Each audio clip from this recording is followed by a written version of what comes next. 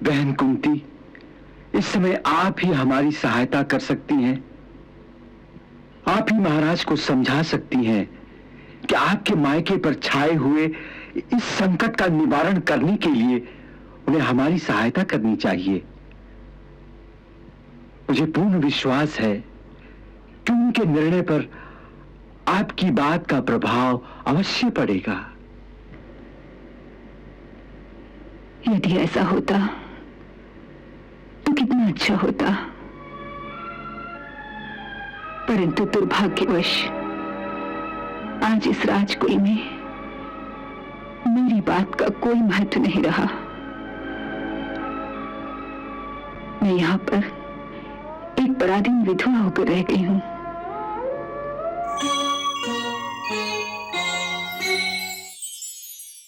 कल मैं तुम्हारे लिए एक मुरली खरीद लाऊंगा और सिखा दूंगा। कल क्यों, आज क्यों नहीं? पर आज मुरली कहाँ है? तो ये क्या है? ये मुरली नहीं? नहीं नहीं, ये तुम्हारे काम की नहीं। क्यों? तुम्हें ऐसी मुरली चाहिए जो केवल कृष्ण को जगाए। और ये तो कृष्ण की मुरली है।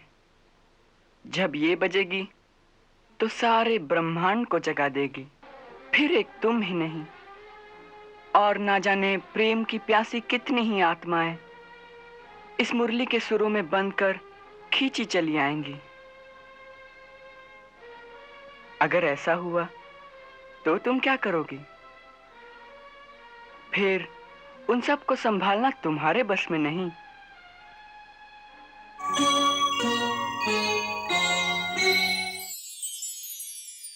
राधा जैसा प्रेम तुमसे और कौन करेगा,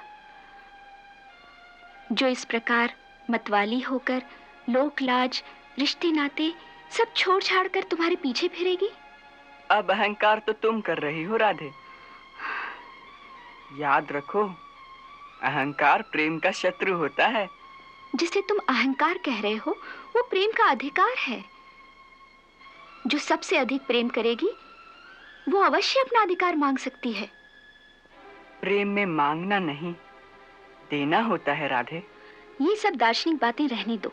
तुम्हें अभिमान है ना अपनी दूसरी प्रियतमाओं पर? तो बजाओ मुरली और बुला लो उन सबको। आज हो जाए सबके प्रेम की परीक्षा।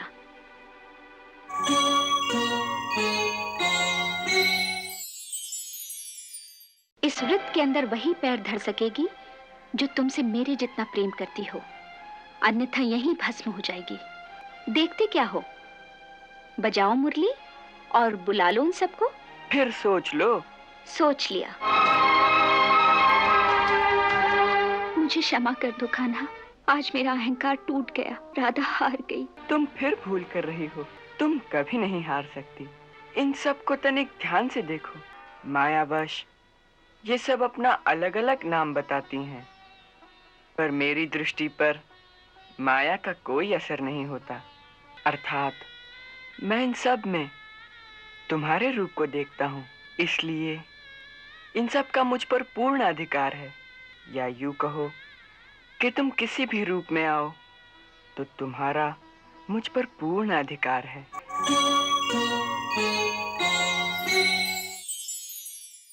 तुम्हारी माया तुम्हारी राधा को कितने कितने रूपों में भटका रही है। राधा, यही तो द्वैत और अद्वैत का रहस्य है कि द्वैत के अंदर अद्वैत और अद्वैत के अंदर द्वैत छुपा हुआ है।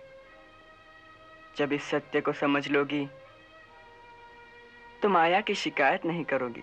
मैं सीधी साधी ग्वालिन, मैं इतनी गहरी बात नहीं समझ सकती। ये बात गहरी अवश्य है, परंतु इसका अर्थ बहुत सीधा है। अर्थात? माया की दृष्टि से चारों ओर जो अलग अलग रंग, अलग अलग चेहरे, अलग अलग प्राणी हम देखते हैं, वो सब अलग अलग नहीं है। वो सब एक ही हैं, राधा और कृष्ण।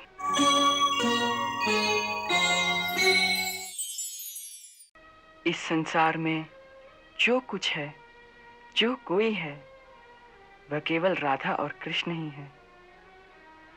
राधा और कृष्ण के सिवा इस संसार में और कुछ नहीं है। एक चीज है। वो क्या? प्रेम। राधा और कृष्ण का प्रेम। उसके बिना तुम्हारा संसार किसके आश्रय पर टिकेगा? आहा, कितनी सत्य बात कही है और कितनी सुंदर बात कही है तुमने। हमारे इतने लंबे चौड़े तर्क को एक शब्द से ही हटा दिया तुमने।